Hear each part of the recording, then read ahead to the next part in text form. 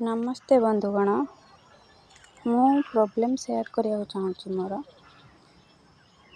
बाहर थिनी ये भड़ा नहीं कि से भल थी जिते घर को आसनी निजे तैयारी कर सारा घर को आसनी से घरे रहिला परे मो मुंडू चुटी झड़वा ओजन कमिजा एका सांगरे 12-13 किलो किले दी वेट कमिगला 1 किलो 2 किलो सी बुझी हो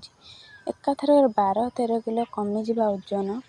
ता सांगरे चुटी एते मात्रा रे झड़ुची जे जोठी मो चुटी कुंडे पारे ना मोर एते चुटी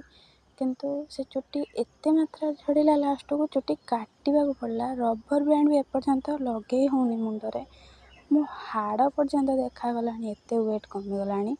कौन पाई मु सेटा जानी पारुनी। जदि कहीं जानिच ताहले मते कमेंट बॉक्स रे निश्चिंत जणाइबो आउ सॉल्यूशन भी यार कहण मते कहबो। ता सांग को कि किछि जण कहउचंती जे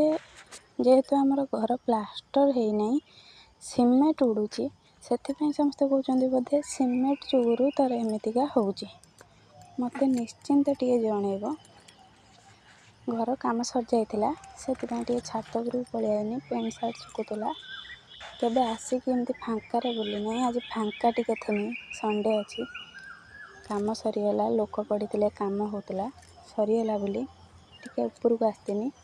चढ़ई माने बोगौचंती सेथिपई देखिया को छात ऊपर टिके बुलिया पई देखिया पई जे परिवेश केमती देखा जाउची सेथिपई टिके छात ऊपर आसी बोलुची। कई निजर सेमती नाहांती जे बसिकी तांको सांगरे कथाबार्ता हबु समय पास हो जीवो जहाँ काम भीतर समय पास करिवो नहले एका एका बसिकी मोबाइल देखिया बसिबा सेथिपई तो मैं यूट्यूब स्टार्ट करची आपण मानन सहित कथा रहिली। नमस्कार।